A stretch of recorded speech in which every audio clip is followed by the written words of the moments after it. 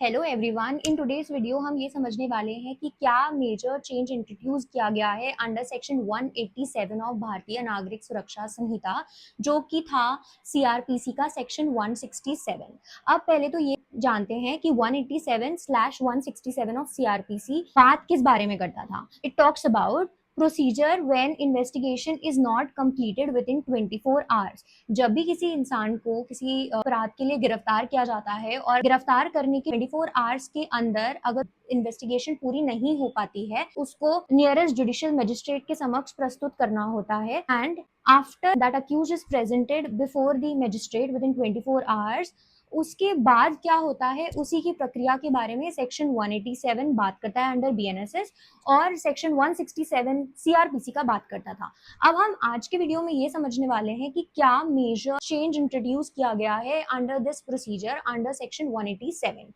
तो जब भी आप जुडिशियल मजिस्ट्रेट के पास लेके गए, उसके बाद दो तरीके की कस्टडी होती है under criminal law which was there under CrPC as well और बीएनएसएस में भी है। एक तो होती है पुलिस कस्टडी, दूसरी होती है जुडिशियल कस्टडी। अब पहले हम पुलिस कस्टडी समझते हैं कि पुलिस कस्टडी क्या होती है। पुलिस कस्टडी होती है जब आप पुलिस लॉकअप में होते हो, मतलब पुलिस के पास डायरेक्ट एक्सेस है टू इंट्रोगेट द अक्यूज्ड। मतलब जैसे आपने देखा होगा पुलिस स्टेशन में जो लॉकअप्स होते हैं, वहां पे जब आपको रखा जाता है, that is the police custody. Whereas judicial custody होती है जब आप एक्चुअल जेल प्रिजन में आपको रखा जाता है। तो वो होता है जब जुडिशियल मजिस्ट्रेट ऑर्डर करता है कि आपको जुडिशियल कस्टडी में रखा जाए। जब आप जुडिशियल कस्टडी में होते हो, तब पुलिस जो है बिना कोर्ट की परमिशन से आपके साथ इंट्रोगेट नहीं कर सकती, आपके साथ कनेक्ट नहीं कर सकती। तो ये मेजर डिफरेंस होता है police custody as well as judicial custody. अब ये समझते हैं कि सेक्शन 187 क्या बोलता है। सेक्शन 187 बोलता है जैसे ही आपको किसी भी अपराध के लिए अक्यूज्ड को गिरफ्तार किया जाता है, तो within 24 hours he should be presented to the nearest judicial magistrate. अब अगर हम पुलिस कस्टडी की बात करें, तो कभी भी पुलिस कस्टडी जो है वो मैक्सिमम कैप बताया है under BNSS also and as well as CrPC में मैक्सिमम कैप था 15 डेज। अब क्या चेंज आया है? पहले यही था सेम जो मैंने बताया, 15 days of police custody can be granted. अब बीएनएसएस में 187 में क्या चेंज आया है कि ये जो 15 डेज है, ये आपका एक साथ 15 दिन आपको पुलिस कस्टडी देने की जरूरत नहीं है जैसा कि पहले था। अब आप इसको पार्ट्स में दे सकते हो। मतलब पहले आपने 2 दिन की पुलिस कस्टडी दी, फिर आपने उसको जुडिशियल कस्टडी में ट्रांसफर करा, फिर आपने 3 दिन की थी। ऐसा करके आप मैक्सिमम 15 डेज दे सकते हो, but it is not necessary that it should be in continuance कि लगातार 15 दिन आपने पुलिस कस्टडी दी है। जो 15 दिन है वो 40 से 60 दिन के बीच में होने चाहिए। अब ये 40 और 60 दिन कहां से आते हैं?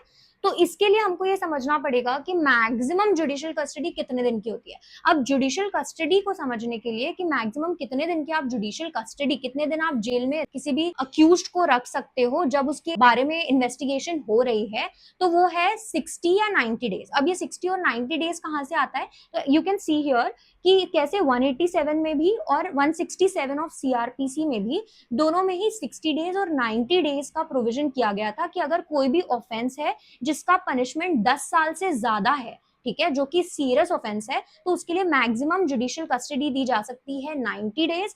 वेयर एज कोई भी ऐसा ऑफेंस जिसकी की पनिशमेंट मैक्सिमम 10 साल से कम है, उसको आप जुडिशियल कस्टडी में रख सकते हो 60 डेज। अब ये जो 60 और 90 डेज का जो कैलकुलेशन है, इसमें जो 15 डेज ऑफ पुलिस कस्टडी है वो इंक्लूडेड है। मतलब अगर हम किसी ऐसे ऑफेंस की बात करें जहां पे पनिशमेंट 10 साल या उससे ज्यादा का है, तो वहां पे 15 दिन की तो पुलिस कस्टडी मैक्सिमम आप दे सकते हो, प्लस आप 75 डेज की जुडिशियल कस्टडी दे सकते हो, which makes it to 90 days. अब जैसे ही ये 90 डेज का कैप खत्म होगा, वैसे ही अगर तब तक पुलिस ऑफिसर ने चार्जशीट फाइल नहीं करी है, चालान फाइल नहीं किया है, तो यहाँ पर अक्यूज के पास राइट आ जाएगा, जिसको हम बोलते हैं डिफॉल्ट बेल का राइट, कि वो एप्लीकेशन फाइल कर सकता है फॉर डिफॉल्ट बेल। ठीक है। सिमिलरली जब हम 60 डेज वाले कैप की बात करते हैं, तो वहां पे भी वो 60 डेज में 15 डेज इंक्लूडेड है। That is 15 days of police custody plus 45 days of judicial custody, which makes it to 60 days for offences जो 10 साल से कम है। ठीक है। अब जैसे कि मैंने बताया कि जो मेजर चेंज इंट्रोड्यूस किया है बीएनएसएस में, वो ये है कि अब 15 दिन जो आप पुलिस कस्टडी दोगे, वो स्टार्टिंग के पहले ऐसा था सीआरपीसी में कि स्टार्टिंग के 15 डेज के लिए आप पुलिस कस्टडी देते थे। लेकिन अब with the change in BNSS ये जो 15 दिन है वो इस 40 और 60 के बीच के कैप के हो सकते हैं। मतलब 40 डेज जहां पे आपकी जुडिशियल कस्टडी 60 डेज की है, वहां पे आप 40 डेज के अंदर अभी भी 15 दिन दे सकते हो। मतलब 2 दिन दिए, 4 दिन दिए, 6 दिन दिए, ऐसे करके 15 डेज के लिए आप पुलिस कस्टडी दे सकते हो। वेयर एज जहां पे ऑफेंस 10 साल से ज्यादा के लिए पनिशेबल है, जहां पे द कैप इज 90 डेज, वहां पे आप 60 डेज के बीच में कभी भी पुलिस कस्टडी दे सकते हो। तो ऐसा इसीलिए किया गया है ताकि जो एक्सेसिव प्रेशर होता है जो कि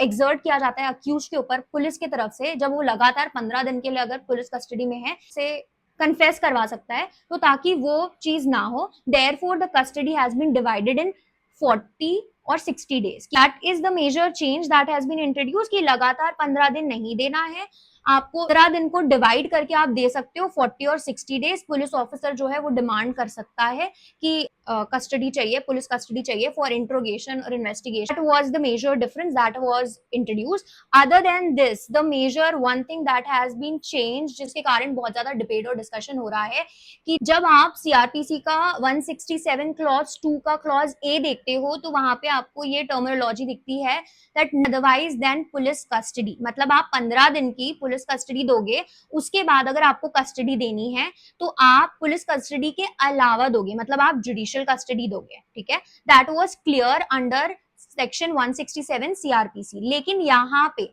भारतीय नागरिक सुरक्षा संहिता में ये जो वर्ड्स है otherwise than police custody, that has been removed. तो ये तो लिखा है कि 15 दिन की पुलिस कस्टडी दी जाएगी इन होल, लेकिन क्योंकि ये वर्ड्स जो हैं अदरवाइज देन पुलिस कस्टडी ये रिमूव कर दिए गए हैं, so it creates a lot of confusion कि यहाँ पे जो लेजिस्लेचर था वो क्या कन्वे करना चाह रहा है कि 15 दिन तो आप दे सकते हो, लेकिन 15 दिन के बाद जो भी समय है क्या उसके लिए और भी पुलिस कस्टडी भी दे सकते हो। That is the major change that has been introduced via Bharatiya Nagrik Suraksha Sanhita, which has created a lot of confusion with respect to whether police custody can now be given beyond 15 days. So we will have to wait to understand कि क्या intention था legislature का to remove the words not otherwise than police custody.